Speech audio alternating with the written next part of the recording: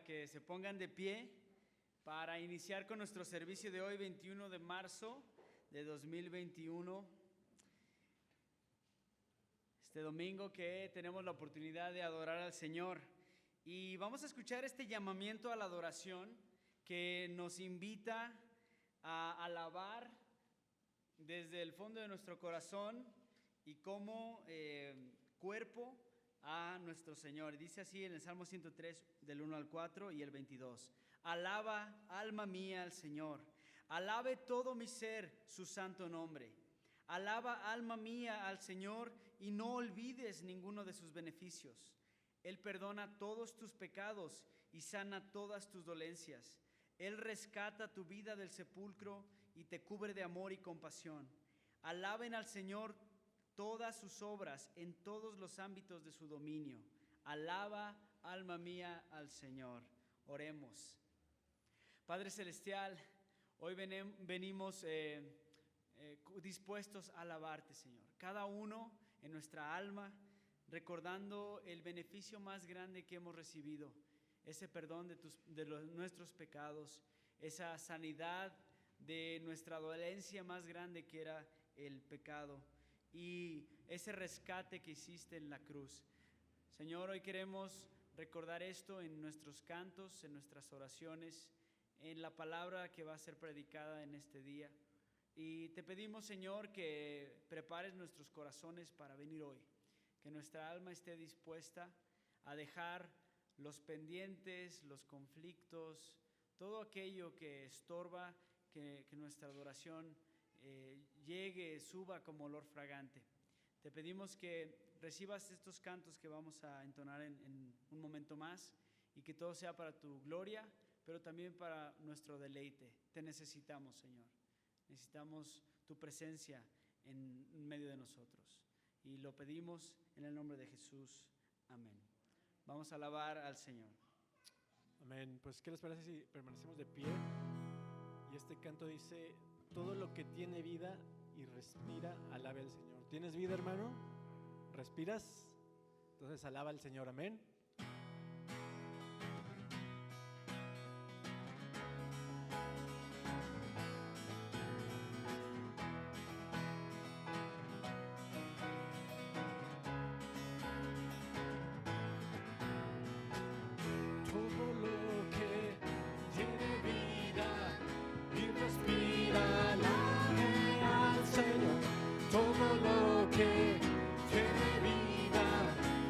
Respira, alabe al Señor por la mañana y por la tarde, corriendo viejo alabaré.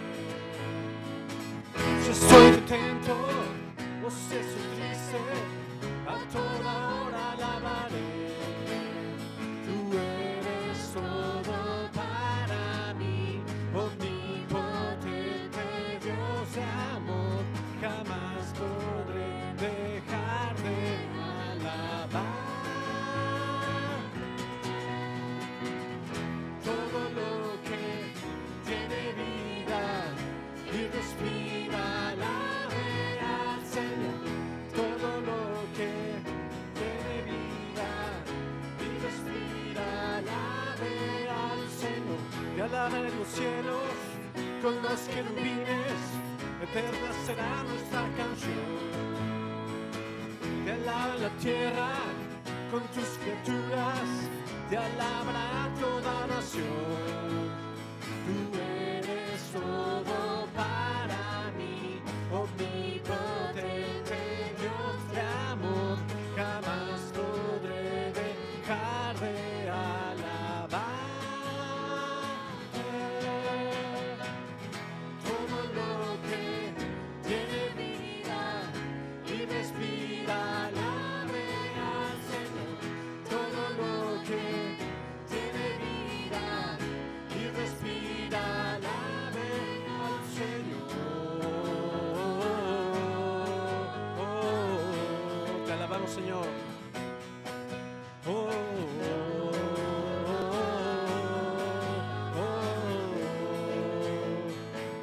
Te alabe al Señor.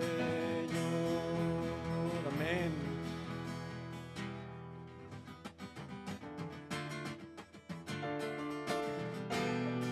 como nuestro Dios, hermano? Nadie.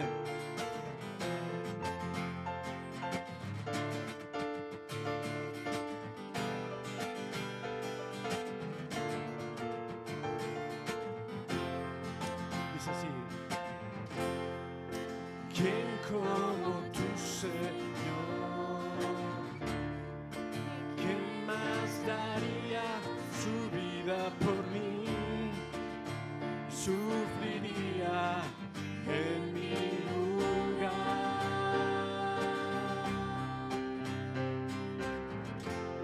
¿Y cómo pagarte si el universo tuyo es? Tú sustentas a la creación. Levanto hoy mi voz, levanto el corazón, mis manos hacia ti en adoración, pues tu amor llegó a mí, salvándome. Confío en tu amor, confío en tu poder, confío en tu cruz, en tu fidelidad y en tu gracia que obra en mí, cambiándome.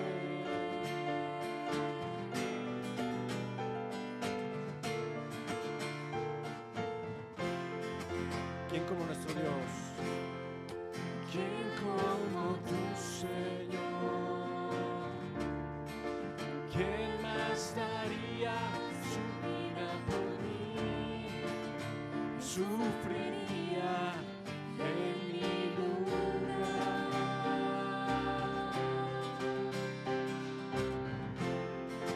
¿Cómo pagarte si el universo tuyo es y tú sustentas a la creación? Levanto hoy mi voz, levanto el corazón, mis manos hacia ti en adoración, pues tu amor llegó a mí, salvándome.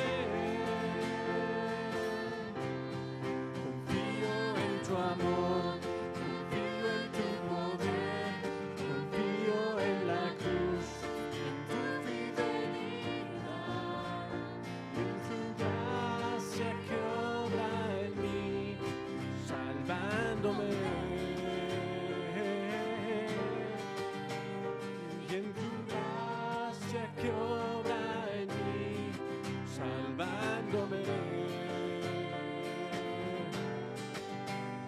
Y en tu gracia que obra en mí, cambiándome.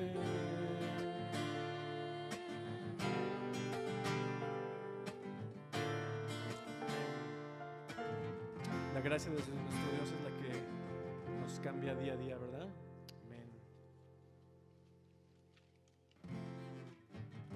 Vamos a cantar este canto que habla acerca de que solo Jesucristo es nuestra única, el único lugar a donde podemos acudir y solo en quien podemos pues poner toda nuestra vida, nuestros problemas, nuestras aflicciones y también nuestra felicidad. Amén.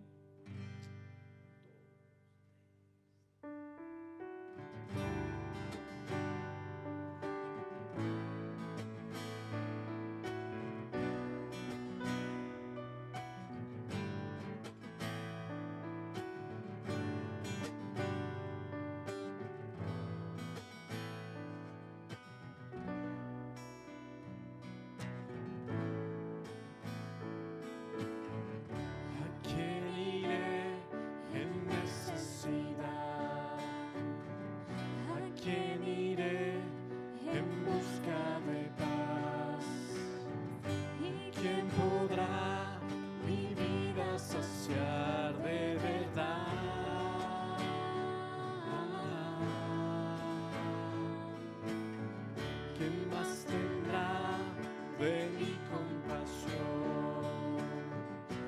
entenderá mi corazón? ¿Quién cambiará mi eternidad sino tú, Jesús? Cristo, que nombre más podría ir.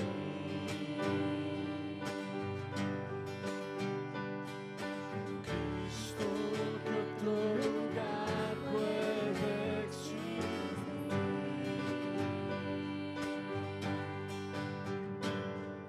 Solo tú tienes palabras de amor, camino al Padre y verdad eres tú. Cristo, ¿a dónde más podría ir?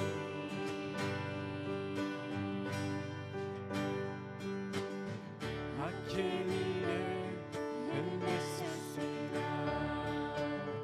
¿A quién iré en busca de paz? ¿Y quién podrá mi vida saciar de verdad?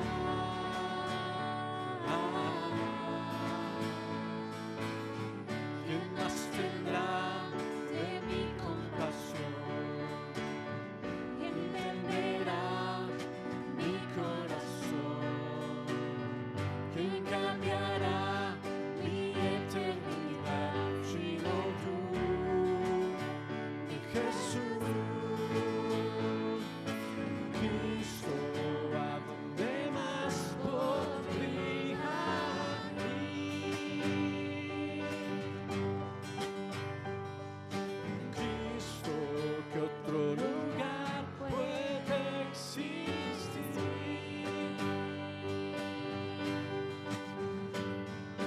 Solo tú tienes palabras de amor, camino al Padre y verdad eres tú. Cristo, ¿a dónde más podría ir? Cristo, ¿qué otro lugar puede existir?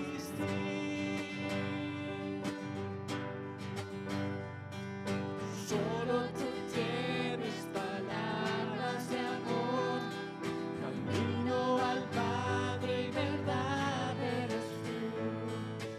Cristo, ¿a dónde más podría ir? Cristo, ¿qué otro lugar puede existir?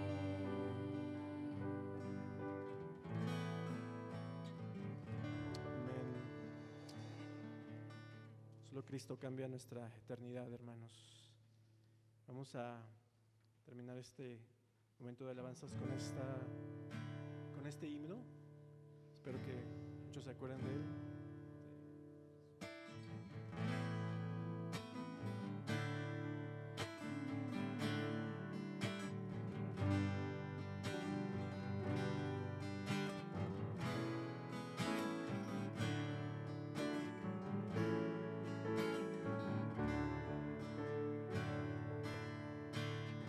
Oh Dios eterno, tu misericordia, ni una sombra de duda tendrá.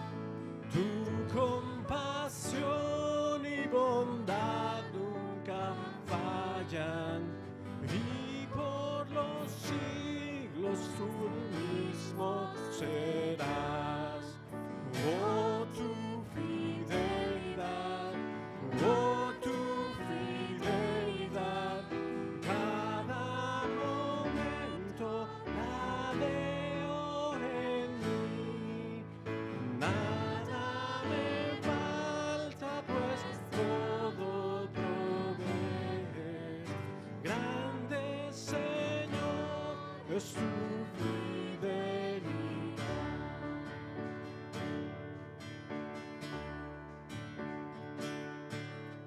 La noche oscura, el sol y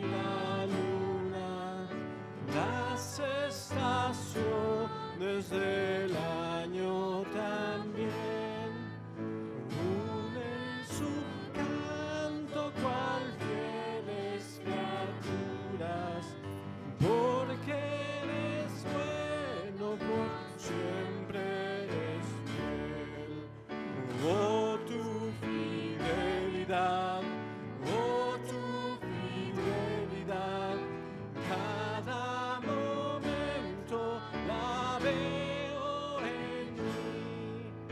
Nada me falta, pues todo provees. Grande Señor es tu fidelidad.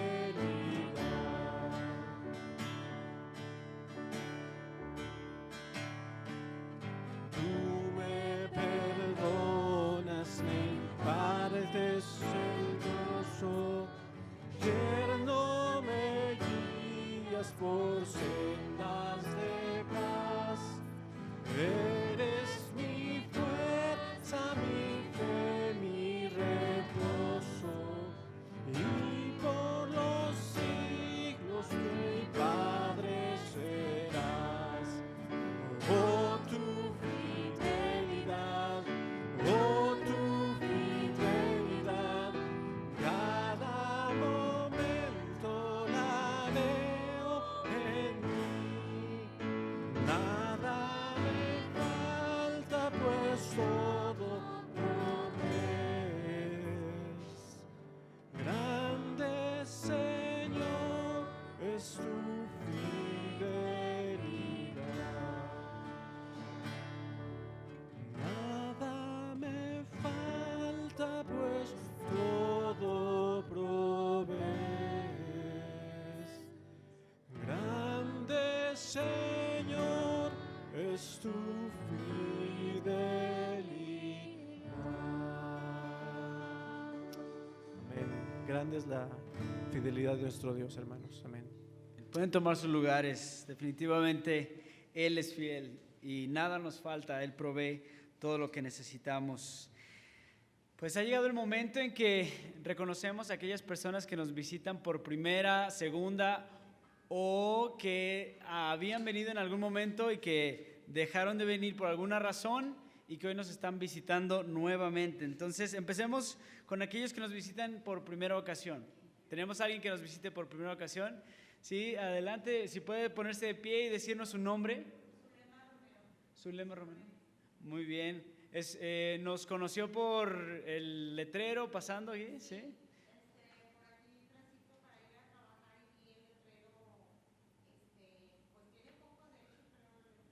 Sí, así es.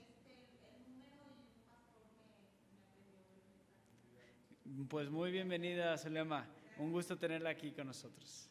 ¿Alguien más que nos visite quizás después de tiempo de no visitarnos? ¿Nos recuerda su nombre? Julieta. Ok. Muy bien.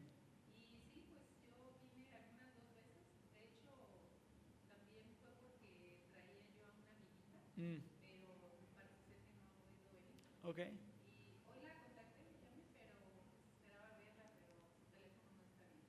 Bueno, pues, de todas formas, un gustazo tenerla aquí, Julieta, con nosotros. Ok. ¿Alguien más? Bueno, me gustaría yo presentarlos, ¿verdad? Porque en un momento más voy a dar más información, pero hoy tenemos un predicador invitado, joven Sebastián Remus, y viene acompañado. Entonces, ¿por qué no nos presentas a tu familia, hermano?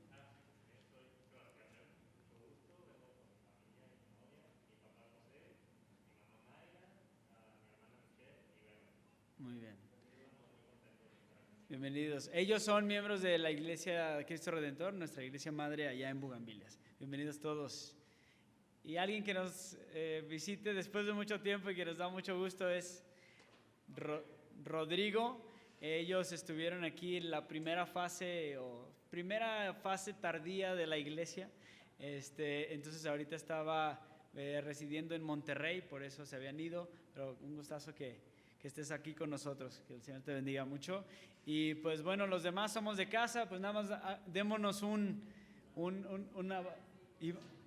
Ok, bueno, sí es cierto, perdón.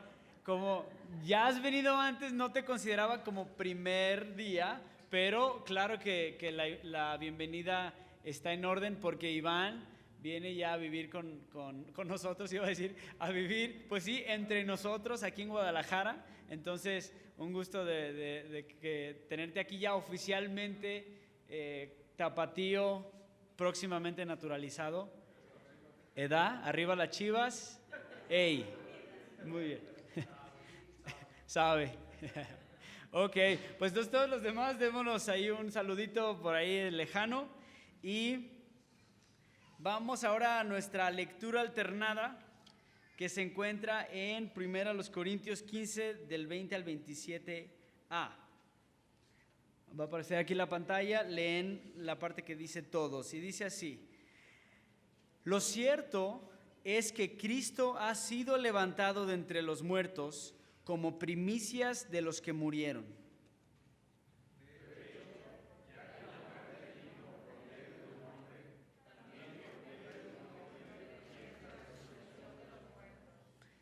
Pues así como en Adán todos mueren, también en Cristo todos volverán a vivir.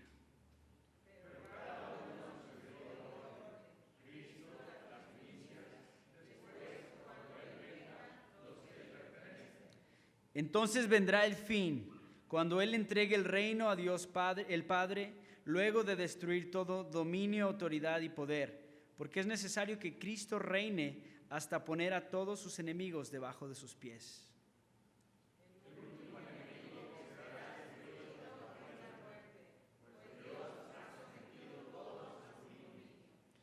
Y en este día vamos a ver un sermón titulado El Rey de las Causas Perdidas. El Rey, como aquí vemos, el Rey que está reinando y que va a destruir todo dominio, autoridad y poder. Entonces mantengan este pasaje en mente para en un momento más que tengamos el sermón. Pues vamos ahora a orar. Como saben, tenemos siempre una petición misionera, pues poder salir un poquito de nosotros mismos, de nuestro país, nuestra problemática, y orar por otros lugares. Y en este caso vamos a orar por Groenlandia, esta isla que es enorme, es del territorio danés, es autónomo, pero gran parte de su superficie territorial está cubierta de hielo y hay una población muy pequeña que vive ahí en la costa, rodeada de... es muy pequeña la población realmente que vive en la única zona que no tiene hielo. Y este país realmente ha sido cristianizado, pero realmente no convertido. Y casi todos los lugares o asentamientos, villas, tienen una iglesia luterana, pero realmente muy poca devoción real o una relación real con Dios. Entonces oremos por una renovación y una nueva vida para dos secciones, sobre todo dane y groenlandés, y oremos por estas personas y también vamos a orar por otras peticiones de la iglesia. Oremos. Padre Celestial, pues reconocemos que al venir a ti, venir cada domingo, leer nuestra Biblia, orar, pues se puede convertir esto en una simple religión, y no queremos que eso suceda ni con nosotros, pero tampoco con nuestros hermanos allá en Groenlandia, todos aquellos que han escuchado de ti, han leído tu palabra, han estado en la iglesia, pero que realmente no viven su fe. Entonces yo te quiero pedir que revitalices las iglesias que existen ahí, revitalices la fe de los que asisten, los que trabajan, viven ahí en este lugar pues remoto para nosotros, y que pues haya un mover del evangelio, un mover del espíritu y una renovación en la fe. Y también te quiero pedir, Señor, por nosotros, por Vida Nueva, que no caigamos en eso, y si estamos yendo hacia allá, pues que con esos lazos de amor nos regreses a tu camino, Señor. Que con tu gracia podamos encontrar siempre una fe renovada en cada aspecto de nuestras vidas, cada familia, cada individuo que tenga problemas en este momento, y que pues esté acudiendo a todos menos a ti, y que, Señor, pues tú seas quien nos dirija como iglesia, como familias, como individuos, Padre. Te quiero pedir especialmente por la fe de Beto Guzmán, que sabemos que su mamá ha fallecido. Gracias porque su familia pudo estar con él, que no era el plan original, pero sí era tu plan original, así que gracias por eso. Y también te quiero pedir por el hermano de Héctor Guzmán, Israel, que está a la espera de la mejor decisión en cuanto al bypass coronario que le tienen que hacer. Y pues te quiero pedir por todos los ministerios que tenemos en la iglesia, de mujeres que están retomando sus estudios. Te pido que sea de bendición cada 15 días, pues leer, estudiar, escuchar los testimonios al momento de ver Santiago. Y Padre, pues te queremos dar gracias por ayer, por el grupo de varones que se reunió para convivir, para disfrutar, Señor, de tu creación. Y te pido que también este ministerio crezca y que pronto podamos tener grupos de jóvenes, grupos de niños, pues con el único propósito de seguir fortaleciendo la fe y seguir compartiendo ese mensaje de la cruz. Te pedimos todo esto en el nombre de Jesús. Amén. Pues ahora ha llegado el momento de recoger las ofrendas, y como he estado poniendo ahí en el grupo del chat que tenemos, pues una buena práctica es prepararlas el día antes para ya venir. Pues si no tienen sobres, aquí pueden tomar, pero poder regresarle al Señor un poco de lo mucho que nos dan. Las visitas que están aquí no sientan ningún compromiso de participar. Este es un privilegio y un deber de quienes asistimos aquí con regularidad. Dios Santo, hoy alabo tu grandeza. Solo tú eres digno y hoy te quiero exaltar. Mi ofrenda a ti levanto y me poso ante tu altar. Vengo ante tus pies para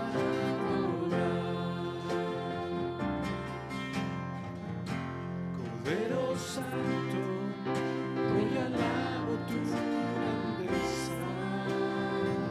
Solo tú eres digno, yo te quiero exaltar.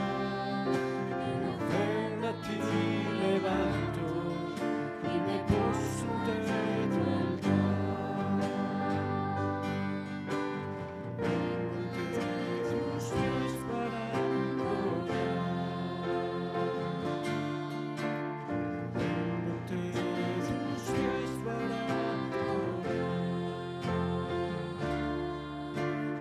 Vengo ante tus pies para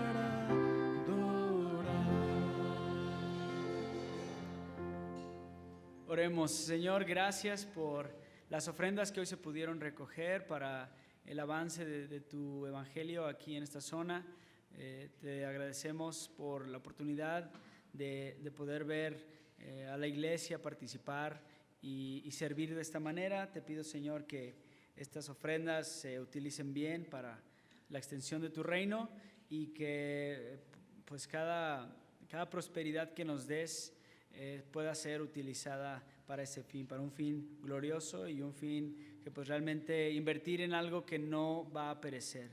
Te lo agradecemos en el nombre de Jesús. Amén. Muy bien, pues como el ciclo de la vida, ¿no? Recuerdo la primera vez que a mí me presentaron como predicador invitado, como candidato al ministerio, y pues recuerdo que fue pues una de las experiencias de más nervio en mi vida, por lo que significaba el simple hecho de pararte frente a la gente y no decir cualquier mensaje, ¿no? Sino hablar y decir con mis palabras, esto es lo que dice Dios. Pero gracias a Él que nos sostiene y que seguramente sostendrá también al joven Sebastián, no solamente hoy, sino en su preparación. Él tiene ese deseo de servir a Dios como pastor, y pues personalmente estoy muy contento por eso. Y pues como iglesia vamos a ser bendecidos hoy de escuchar este mensaje, como ya les dije, el rey de las causas perdidas. Entonces pues quiero que pase aquí Sebastián para que nos predique hoy la palabra del Señor. Hola, buenas tardes. Bueno, como ya mencionó Esdras, es la primera vez que estamos aquí. Nos da mucho gusto a mi familia y a mí visitarlos. Es algo que teníamos pendiente desde hace mucho tiempo. En otros domingos, si recuerdan lo que hemos visto a lo largo de la serie, se habló de los discípulos a los que Jesús busca. El domingo pasado hablamos de los discípulos a los que Jesús llama. ¿Y para qué los llama? Para estar con Él, para llevar su mensaje, para hacer su voluntad. El día de hoy vamos a hablar específicamente de Cristo y su corazón compasivo y su autoridad hacia estos discípulos a los que llama. Pecadores como nosotros que no tenemos ninguna esperanza de salvarnos a nosotros mismos. Entonces, la sección que se me asignó el día de hoy es un poco larga, son 53 versículos, y va desde Marcos capítulo 4, versículo 35, hasta el capítulo 6, versículo 6. Y como es algo larga, vamos a enfocarnos solamente en la parte que va de Marcos 5, capítulo 21, versículo 21 al 43, que de alguna manera es el clímax de esta sección y que nos prepara para el clímax aún más grande que encontramos en la historia. Aún así me gustaría que en sus casas durante la semana leyeran toda la sección, porque van a encontrar en ella un hilo conductor que nos permite entenderla como unidad, como la unidad que es. Entonces, habiendo dicho eso, vamos a prepararnos y les voy a pedir que sigan la lectura de Marcos capítulo 5, versículos 21 al 43, y que pongan mucha atención, porque lo que vamos a escuchar es la palabra de Dios. Después de que Jesús regresó en la barca al otro lado del lago, se reunió alrededor de él una gran multitud, por lo que él se quedó en la orilla. Llegó entonces uno de los jefes de la sinagoga llamado Jairo. Al ver a Jesús, se arrojó a sus pies suplicándole con insistencia: «Mi hijita se está muriendo. Ven y pon tus manos sobre ella para que se sane y viva». Jesús se fue con él y lo seguía una gran multitud, la cual lo apretujaba. Había entre la gente una mujer que hacía 12 años que padecía de hemorragias. Había sufrido mucho a manos de varios médicos y se había gastado todo lo que tenía sin que le hubiera servido de nada, pues en vez de mejorar, iba de mal en peor. Cuando oyó hablar de Jesús, se le acercó por detrás entre la gente y le tocó el manto. Pensaba: si logro tocar siquiera su ropa, quedaré sana.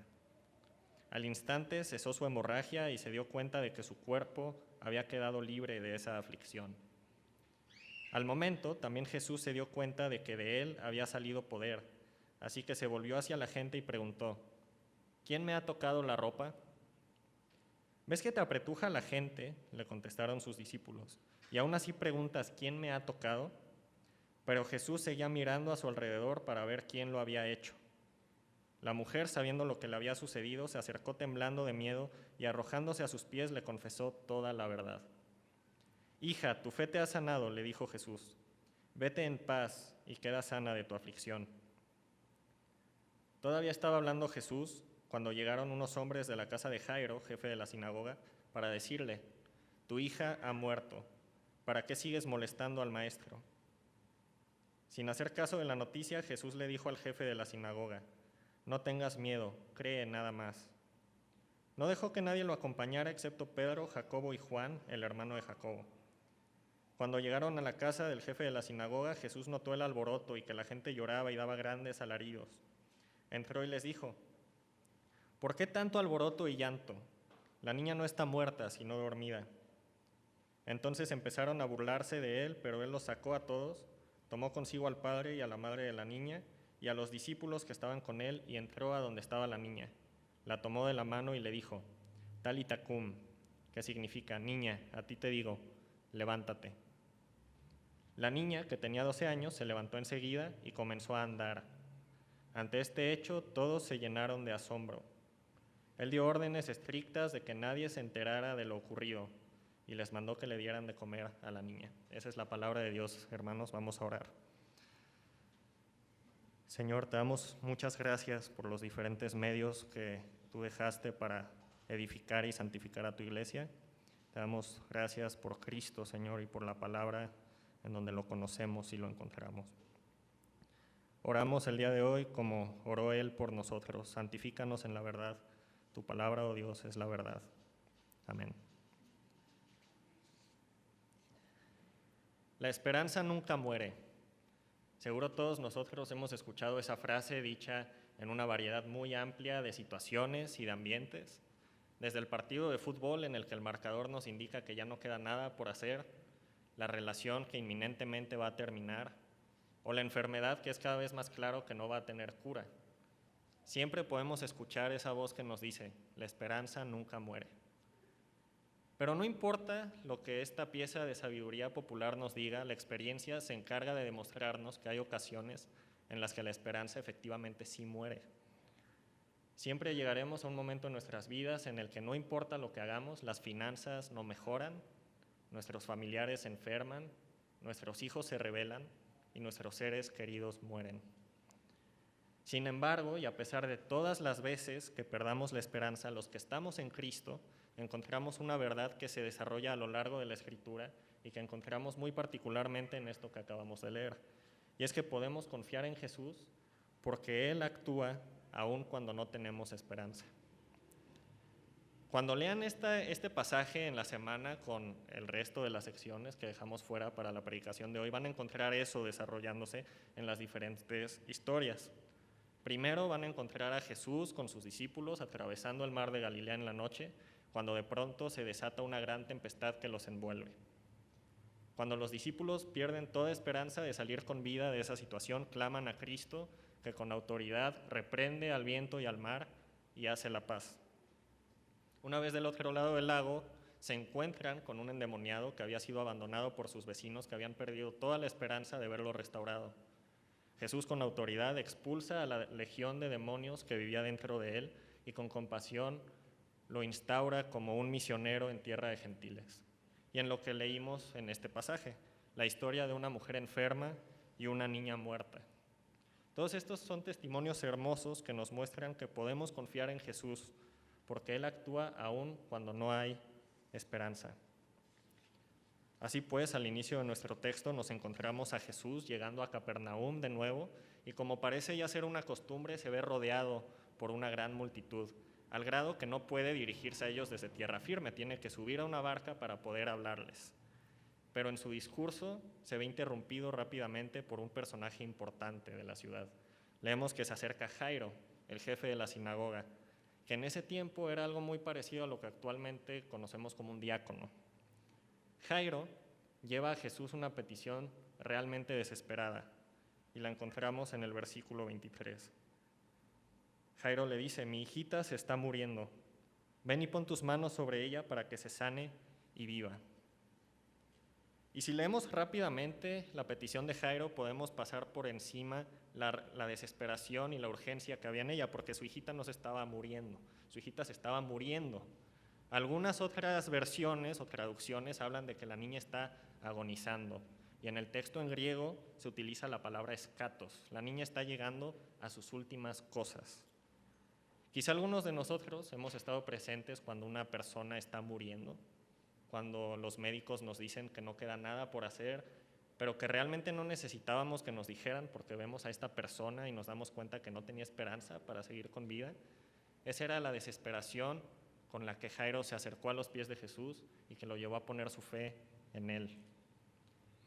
Lo que sucede a partir de ahora nos permite comprender que podemos confiar en Cristo, porque Él actúa con compasión, aun cuando no tenemos esperanza. Podemos confiar en Cristo porque Él actúa con compasión, aun cuando no tenemos esperanza.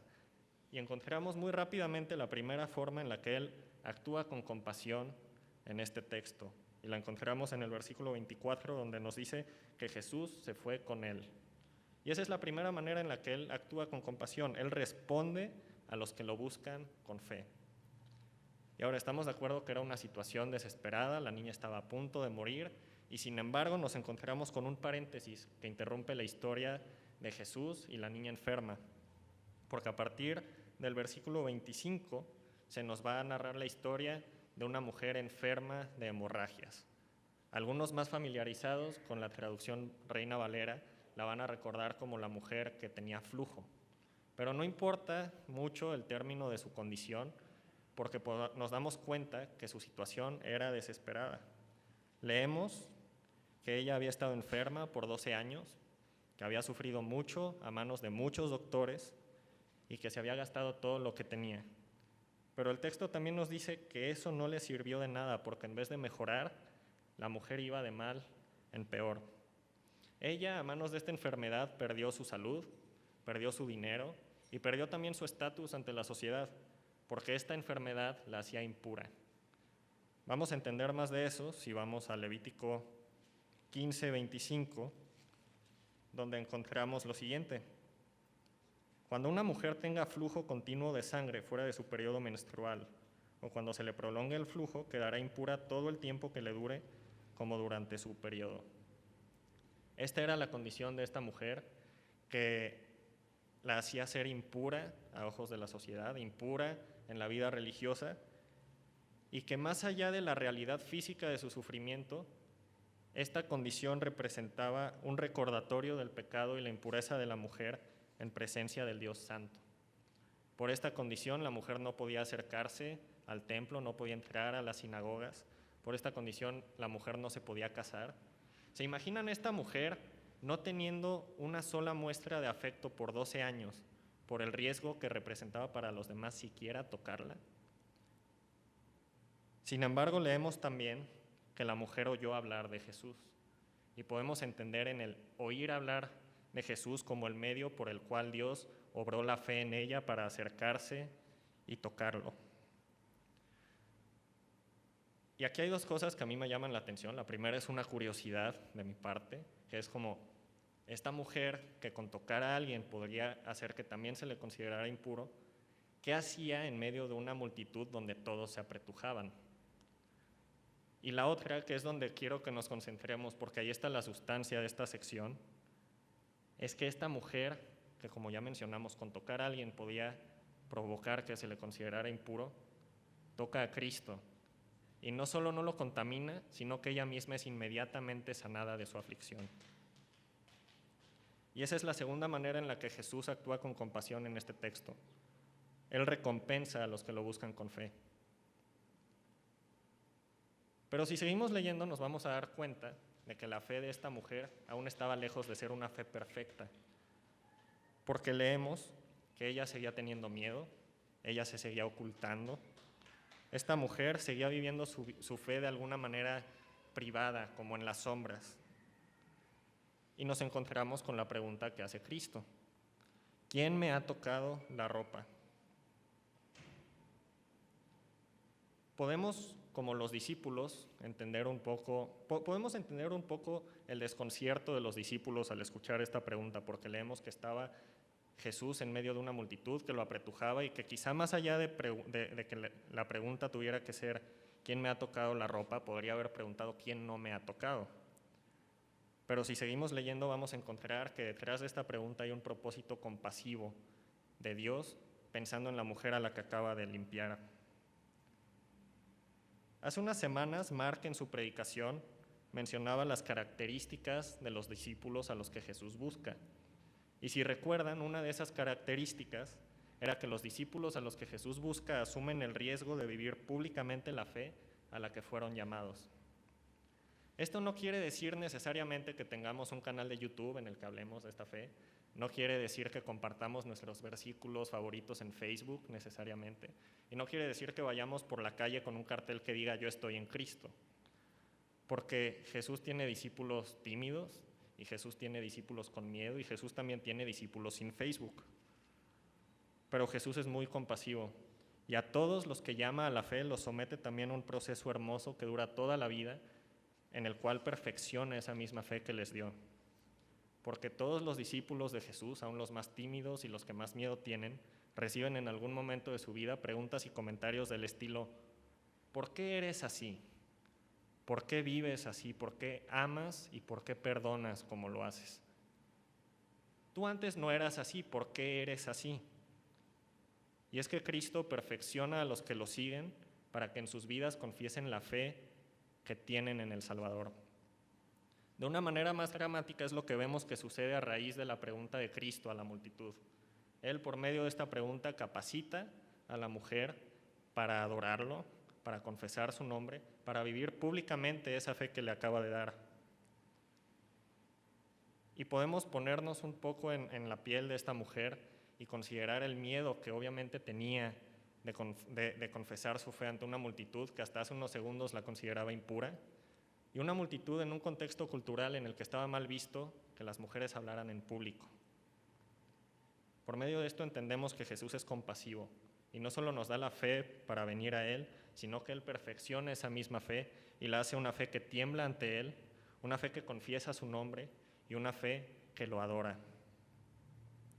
Ahora, para cerrar este paréntesis de la historia de la mujer que fue sanada, me gustaría que nos enfocáramos un momento en el versículo 34, porque esas son las últimas palabras que Jesús dirige a esta mujer.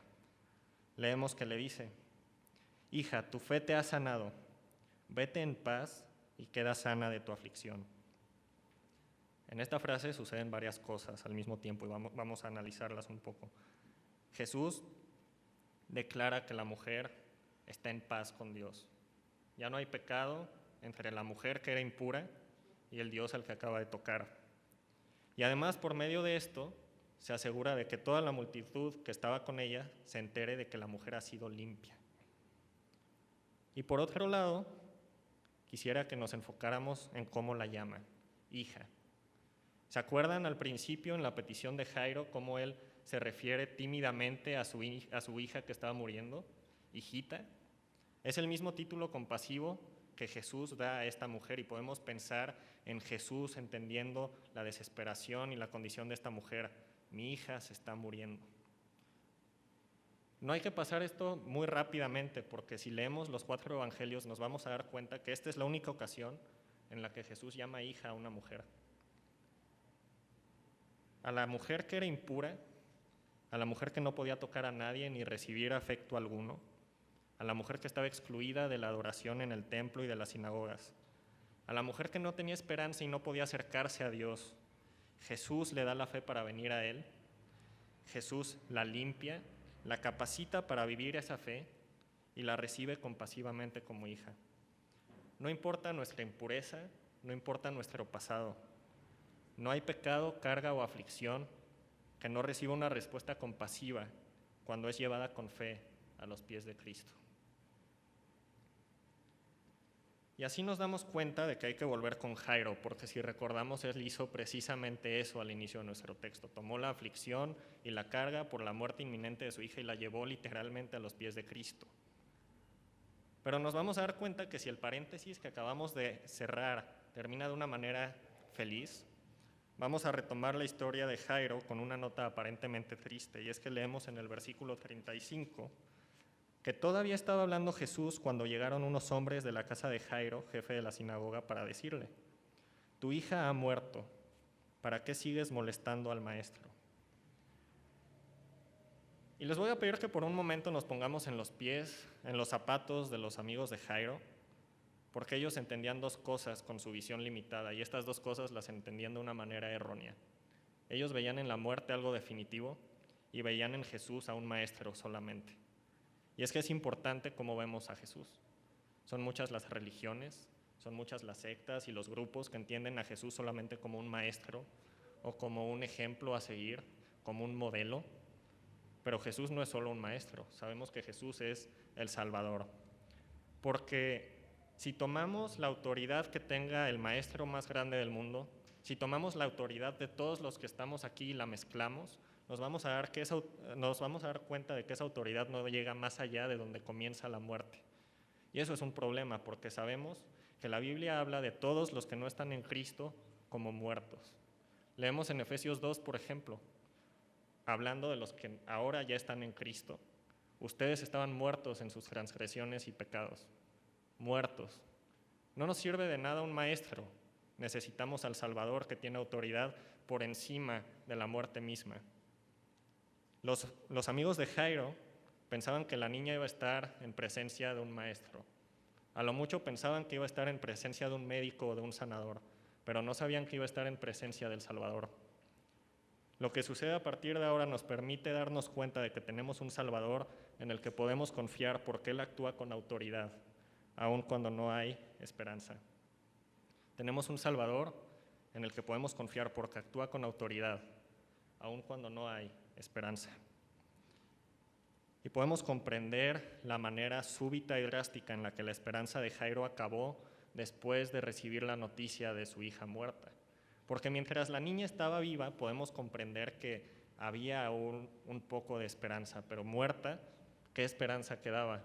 Y podemos comprender también cómo la fe de Jairo fue agitada y cómo peligró esa fe cuando no tenía una esperanza a la cual aferrarse. Hay una canción, no sé si la conocen, pero si no se las platico, que dice algo más o menos así: si mi fe ha de caer, Él me sostendrá. En la tentación yo sé, Él me sostendrá. No podría estar de pie en la oscuridad, pues mi fe muy frágil es, Él me sostendrá. Y yo me imagino a Jairo cantando algo muy similar a esto después de este día, todos los días de su vida, porque lo que vemos que sucede a continuación es a Jesús mismo sosteniendo su fe. Leemos en el versículo 36 que Jesús le dice: no tengas miedo, cree nada más. Y es muy importante que sepamos, porque ya hablamos de todas las situaciones en las que nuestra esperanza puede morir, y hay muchas más que no mencionamos, pero tenemos un Salvador con autoridad para sostener nuestra fe, y el mismo Jesús que le dijo a Jairo: no tengas miedo, cree nada más, es el que cuando no tenemos esperanza y aún hoy mismo sostiene nuestra fe. Así que toma Jesús a Jairo, toma a algunos de sus discípulos y se dirigen a la casa donde estaba la niña muerta. Y cuando llegan se encuentran con una escena verdaderamente triste. Leemos que notó el alboroto y que la gente lloraba y daba grandes alaridos. En Mateo se habla de que había flautistas y lamentadores profesionales que contrataron. Esto era un funeral porque la niña estaba muerta. Y Jesús les dice: ¿por qué tanto alboroto y llanto? La niña no está muerta, sino dormida. Este comentario desató una oleada de burlas hacia Jesús, y aún en ese momento él continúa sosteniendo la fe de Jairo y sostiene también la fe de su esposa, los toma junto a sus discípulos y entran en presencia de la niña muerta. Y ahora podríamos preguntarnos, les quiero comentar que Jesús no estaba minimizando la muerte de la niña ni estaba siendo sarcástico con la muerte de la niña. La niña realmente estaba muerta, pero nos podemos dar cuenta, si leemos el resto de los evangelios, que es una costumbre de Jesús hablar de la muerte como un sueño.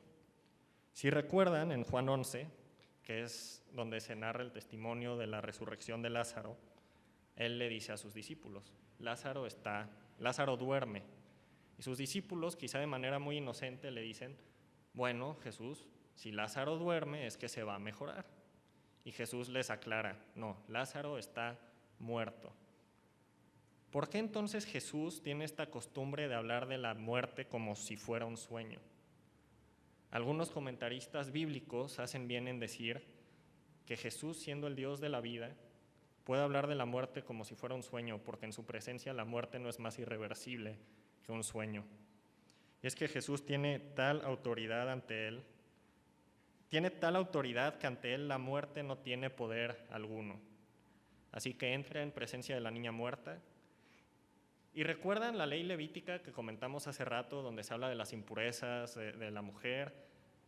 En esa misma ley levítica se hablaba de que si alguien tocaba un cadáver, inmediatamente sería declarado impuro. Jesús no solo pone las manos encima de la niña como se lo había pedido Jairo, sino que con total autoridad toma la mano de la niña y no solo no se contamina, sino que con solo el poder de su voz, al ordenarle que se levante, la niña que estaba muerta se levanta. Y la niña comienza a caminar y la niña tiene hambre. La niña ahora está viva. Jesús mismo dentro de poco se enfrentaría a la muerte en el lugar que nosotros deberíamos haber ocupado. Y cuando volteamos a ver a la cruz nos damos cuenta de que Jesús no ejerce su autoridad solamente sanando enfermos o resucitando muertos. Él ejerce su autoridad, y nos lo explica en el Evangelio según Juan, él ejerce su autoridad poniendo su vida en rescate por muchos, y ejerce su autoridad volviendo a recibir esa vida.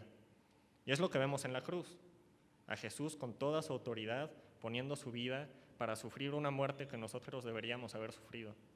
Y es lo que vemos en la resurrección, a Jesús con autoridad recibiendo su vida de nuevo para levantarse de entre los muertos.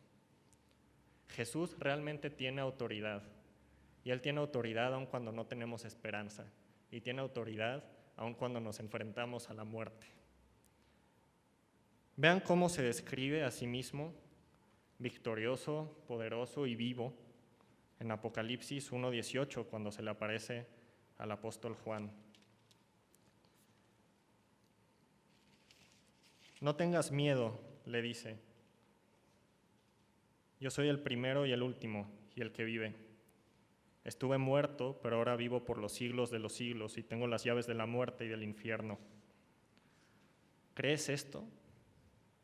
Porque si lo crees, la muerte no es más que un paso que te acerca al día en el que el Rey con toda su autoridad te diga: levántate. Vamos a orar. Señor, te damos muchas gracias porque en todo donde fallamos, en todo donde no tenemos poder, autoridad alguna, tú tienes autoridad por sobre todas las cosas y eres compasivo, Señor. Te pedimos, Dios, que nos sostengas aun cuando no tengamos esperanza y que fijes nuestra fe en la esperanza viva que tenemos en ti. En el nombre de Cristo Jesús. Amén.